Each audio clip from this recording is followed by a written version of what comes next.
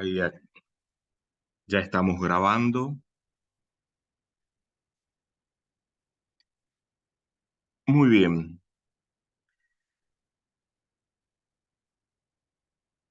El Magnificat, además de esta versión, tiene muchísimas versiones.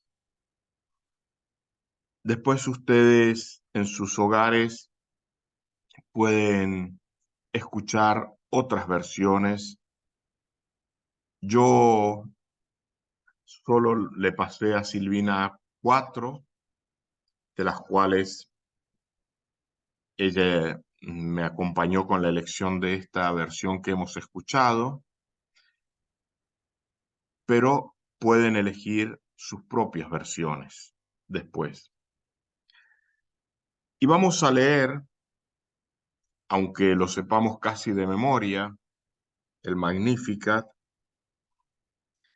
Proclama mi alma la grandeza del Señor, se alegra mi espíritu en Dios mi Salvador, porque ha mirado la humildad de su servidora. Desde ahora me felicitarán todas las generaciones, porque el poderoso ha hecho obras grandes en mí. Su nombre es santo, y su misericordia llega a sus fieles de generación en generación. Él hace proezas con su brazo, dispersa a los soberbios de corazón, derriba del trono a los poderosos, a los ricos los despide vacíos, a los hambrientos los colma de bienes. Auxilia a Israel su siervo, acordándose de su misericordia. Este canto de la Virgen es un canto que se inspira en otra mujer de la Biblia, en Ana. Leemos en el libro de Samuel el canto de Ana. Es el capítulo 2 del libro de Samuel. Entonces Ana oró diciendo: mi corazón se regocija en el Señor. Tengo la frente erguida, gracias a mi Dios. Mi boca se ríe de mis enemigos, porque tu salvación me ha llenado de alegría. No hay santo como el Señor, porque no hay nadie fuera de ti, y no, y no hay roca como nuestro Dios. No hablen con tanta arrogancia, que la insolencia no les brote de la boca, porque el Señor es el Dios que sabe, y es Él quien valora nuestras acciones. El arco de los valientes se ha quebrado, y los vacilantes se ciñen de valor. Los satisfechos se contratan por un pedazo de pan, y los hambrientos dejan de fatigarse. La mujer estéril da a luz 7 veces, y la madre de muchos queda baldía, se marchita. El Señor da la muerte y la vida, hunde en el abismo y levanta de él. El Señor da la pobreza y la riqueza, humilla y enaltece. Él levanta del pobre al desvalido y alza de la basura al pobre, para hacerlo sentar con los príncipes y darles en herencia un trono de gloria. Porque del Señor son las columnas de la tierra, y sobre ellas se afianzó el mundo. Él protege los pasos de sus fieles, pero los malvados desaparecerán en las tinieblas, porque el hombre no triunfa por su fuerza. No es propaganda de mi ley. Los rivales del Señor quedan aterrados, el Altísimo truena desde el cielo. El Señor juzga los confines de la tierra, Él fortalece a su rey y exalta la frente de su ungido. Como pueden ver, estos dos textos son bastante parecidos.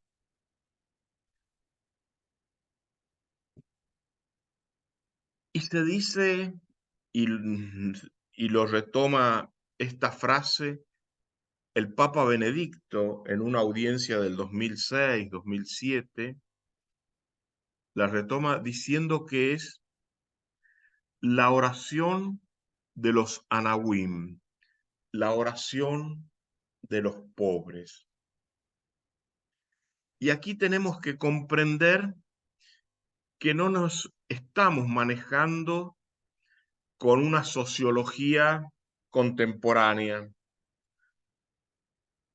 ¿Cuál era la mayor pobreza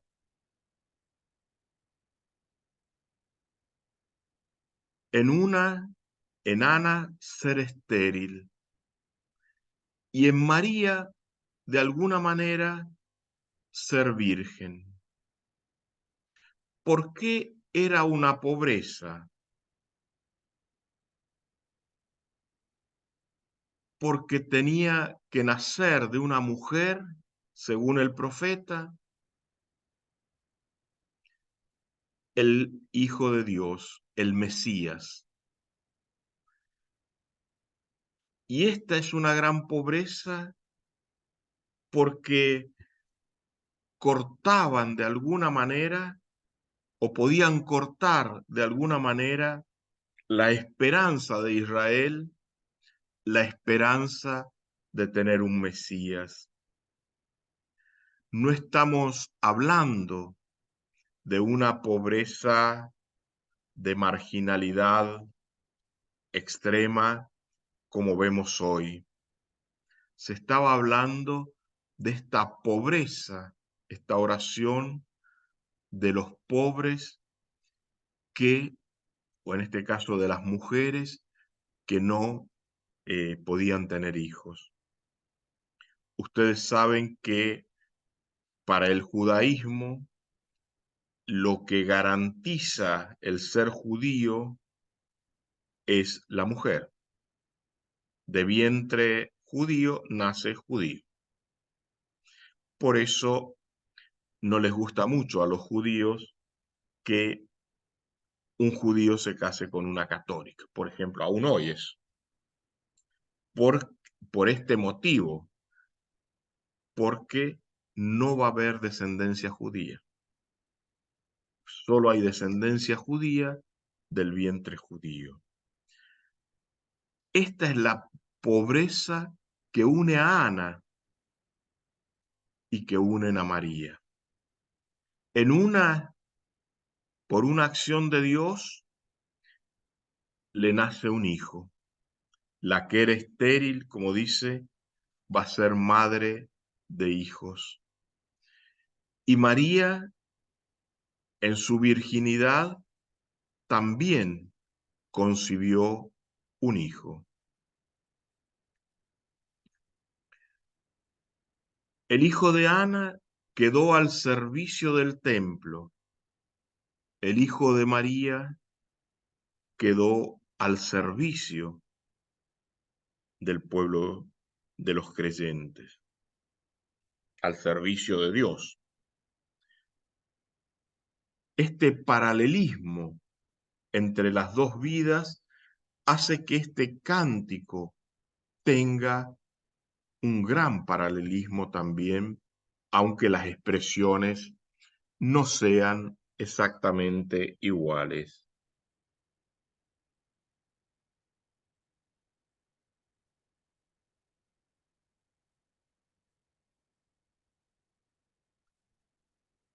En nuestro itinerario de fe, muchas veces pasamos al lado de la realidad de Dios, pero no lo vemos. Recuerdo ese pasaje, pero si este hombre come con nosotros, trabaja con nosotros, decían así de Jesús: ¿cómo uno de los nuestros va a ser el Mesías? ¿De dónde le viene ese poder? Dios pasa al lado nuestro y nosotros no lo vemos.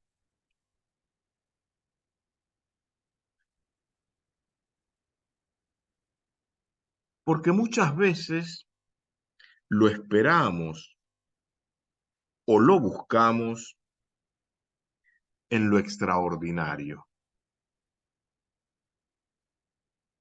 El Papa Francisco nos ha dicho varias veces que nos tenemos que fijar en el santo o en la santa de la puerta de al lado,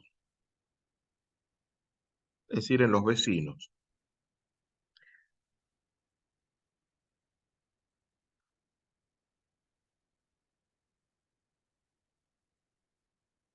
Pero nos damos cuenta que nuestro mundo está desencantado de lo cotidiano. Esperamos ver cosas importantes, extraordinarias, para alegrarnos, pero no somos capaces de alegrarnos de un pequeño gesto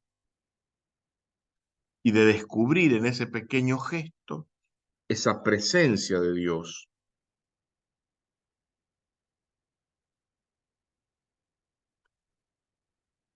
Y muchas veces imaginamos una especie de Dios Superman que nos va a salvar de las cosas.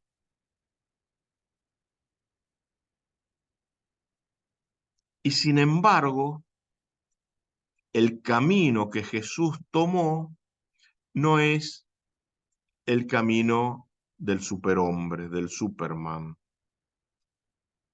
Tomó el camino de elegir lo pequeño, como era pequeña Ana, como era pequeña María, pequeña una por esterilidad y la otra por virginidad.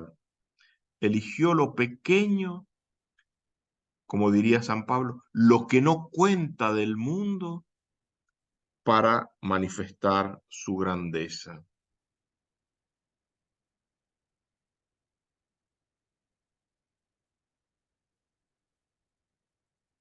Y por eso no es Dios el que se aleja. Y esto es una convicción muy fuerte que tenemos que tener en este tiempo que nos preparamos en la Navidad. Dios viene, Dios no se aleja, Dios viene a nosotros y somos nosotros los que nos alejamos. Es más, somos nosotros los que no le damos un espacio, porque el nacimiento en un pesebre es un nacimiento en un lugar casi indigno de cualquier persona. No digo que tengamos que tener el lujo de las grandes maternidades de Buenos Aires, como el Otamendi o el Austral, pero aún en las casas más humildes, ningún niño nace en un establo, ni niña.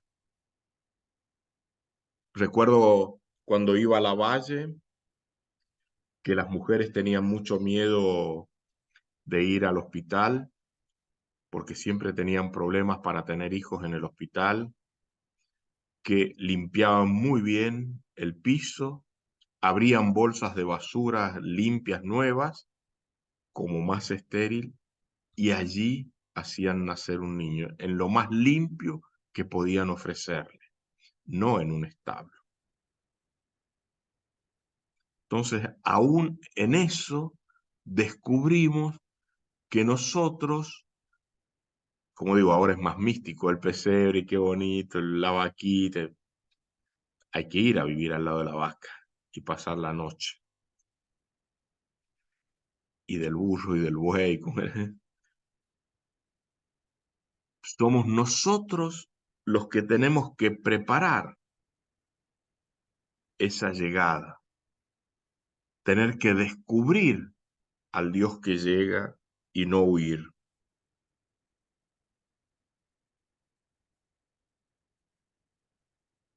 No solo hemos dejado la sencillez de Belén, sino también que hemos dejado la sencillez de Nazaret, un lugar de trabajo o un hogar de trabajo, como decía Pablo VI.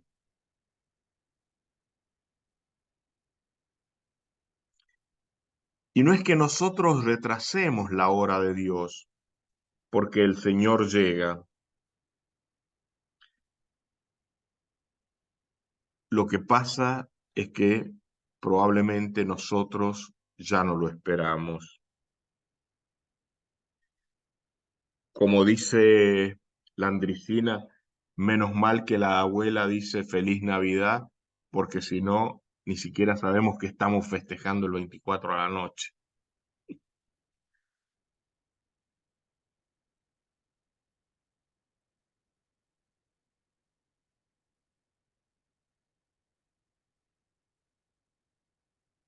¿Sabemos nosotros asumir lo común y lo corriente y enfrentar con constancia las necesidades concretas?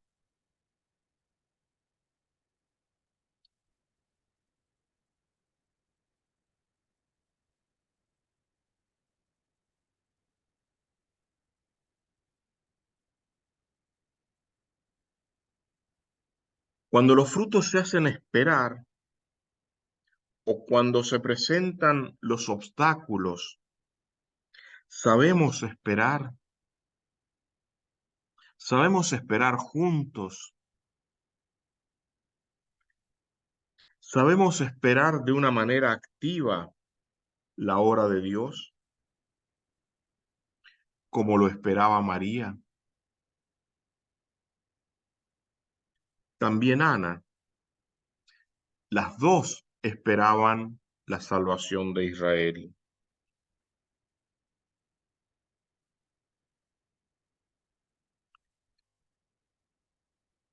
Dios, para hacer cosas grandes en nosotros, como lo hizo en María, no necesita de nuestras grandezas, solo pide nuestro sí confiado, como pidió el sí de María,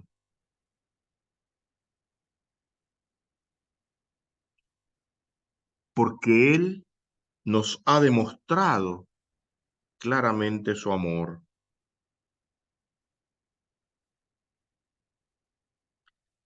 En ese caminar generoso y humilde, encontramos cada día lo mejor de los otros y de nosotros mismos. Encontramos nuestro ser hijos e hijas de Dios. Aprendemos a orar como padres de corazón nuestro Magnificat. Tenemos que ser conscientes que Dios nos ha salvado para poder expresar como María que Dios nos ha salvado, que Dios ha hecho grandes cosas por nosotros.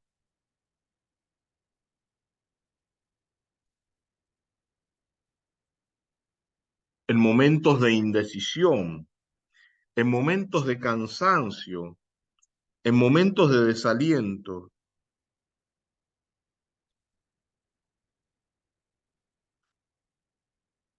nuestra mirada se dirige espontáneamente hacia los lugares que Dios erigió, Belén y Nazaret, para encontrar allí la esperanza de los pobres, la esperanza de los que no esperan ya la salvación. Me ha mirado, canta María. Aprecio todo el valor de esa mirada de Dios, porque también Dios nos ha mirado a cada uno de nosotros. Busco como María sacar de ella toda la alegría. Proclama mi alma la grandeza del Señor, porque ha mirado la humildad de su servidora. La fuente de la alegría es que Dios nos ha mirado.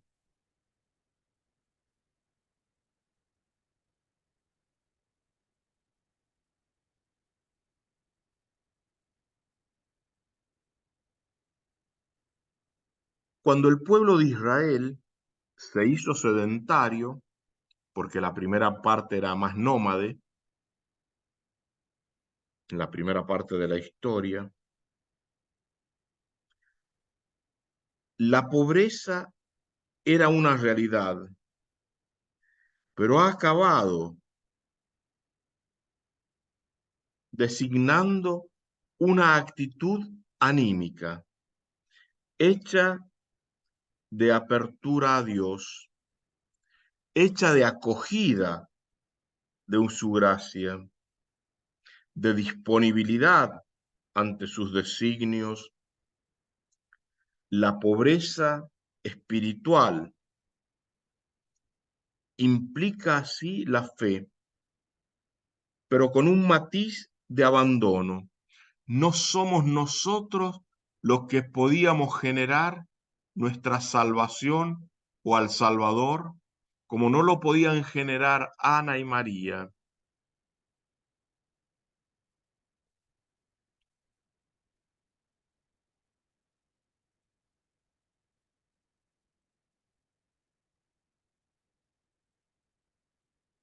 El profeta Miqueas dice: hombre, ya te he explicado lo que está bien, lo que el Señor desea de ti, que defiendas el derecho y ames la lealtad, y que seas humilde con tu Dios. Tres cosas, no simples, pero sí tres cositas nada más. Rectitud de corazón, lealtad y humildad. Nos falta mucho aprender socialmente de esto. El pobre es un justo, no alguien que le faltan cosas. El pobre es un fiel, es leal a la voluntad de Dios. Por eso les decía al principio que no era una categoría sociológica actual cuando hablamos de la pobreza y de la humildad.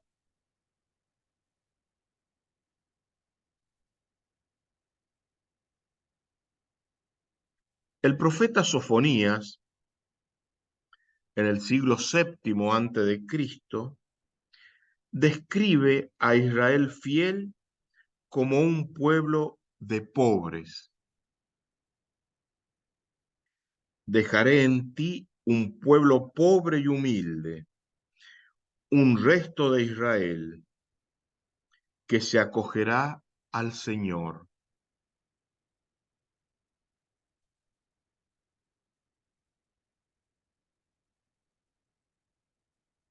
Jeremías, envuelto en todo tipo de persecuciones, es decir, lo perseguían por todo, se fía solo de Dios,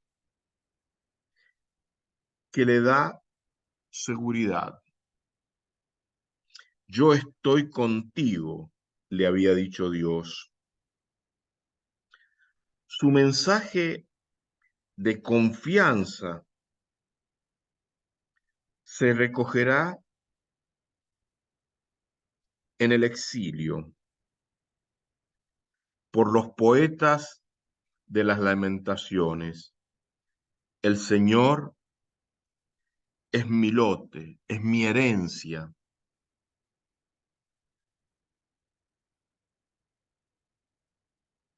El Señor es mi confianza.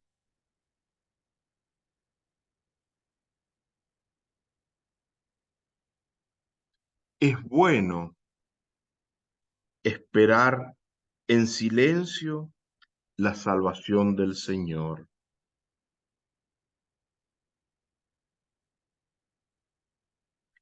También el profeta Isaías,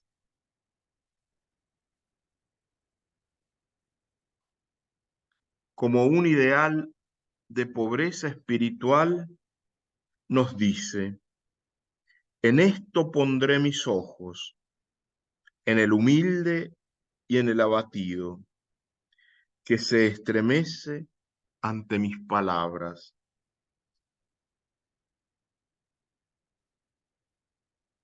Aquí vemos la diferencia, pobre soberbio. No vemos la diferencia pobre rico.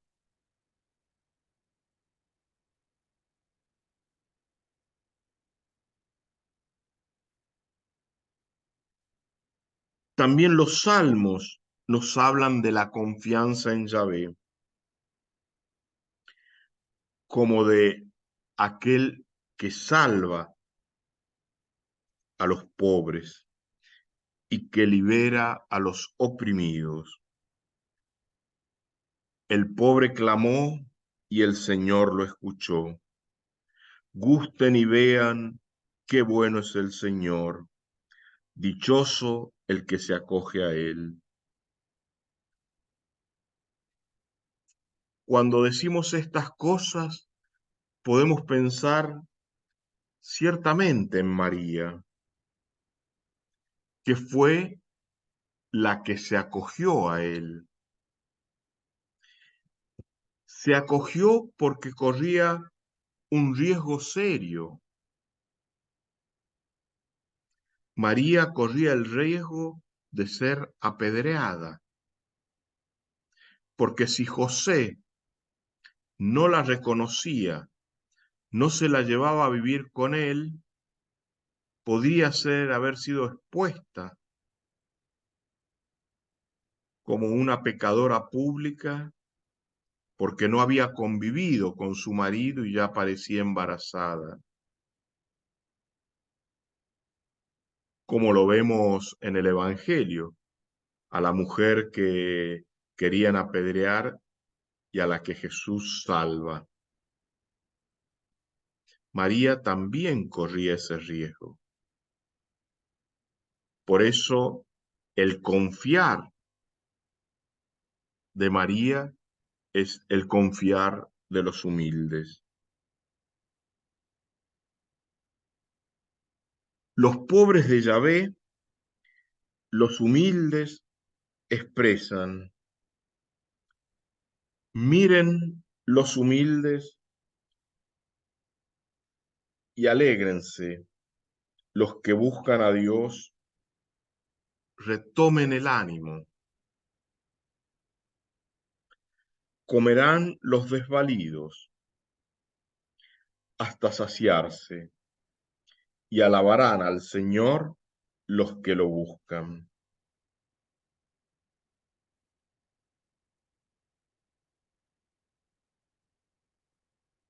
María resume en su cántico, en el Magníficat,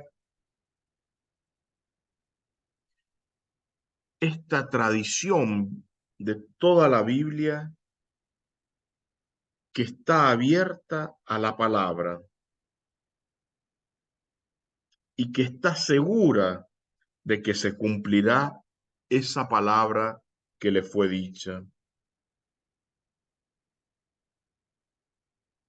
Su mirada abarca todo el misterio del pueblo de Dios.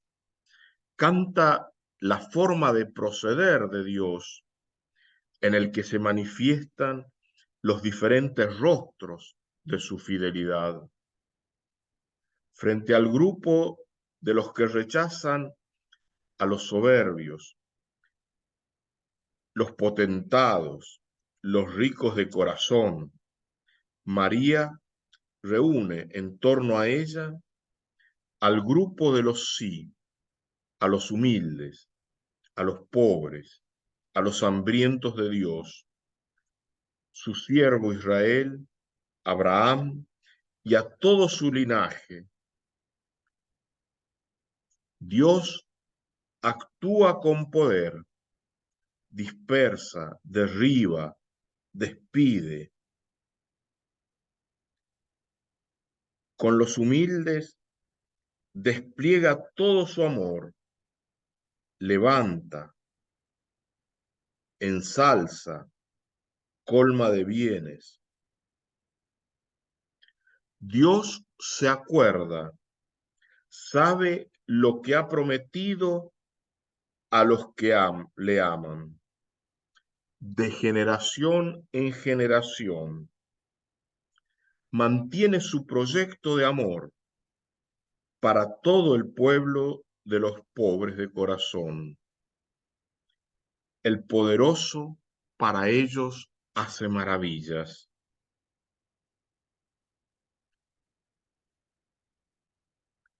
La gran maravilla que ha hecho Dios en María también la hace en nuestra historia.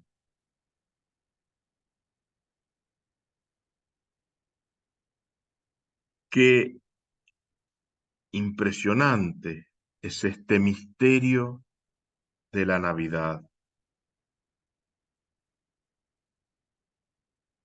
donde Dios se compromete con el hombre.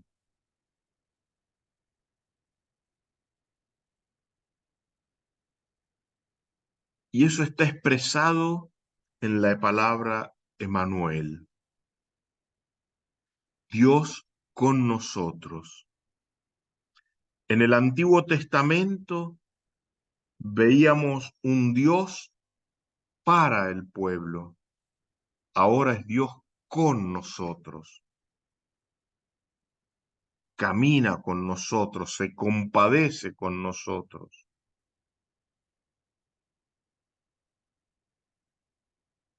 La invitación del Magnificat es a preparar con pobreza de corazón la venida de Jesús,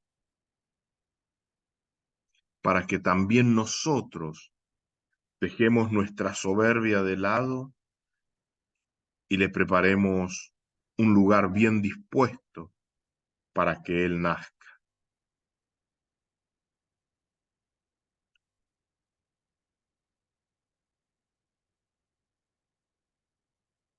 Ahora tenemos unos minutitos para hacer nuestro trabajo.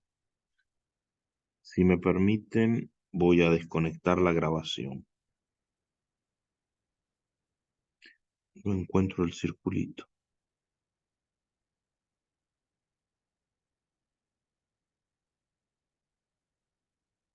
¿Esto qué será? Detener.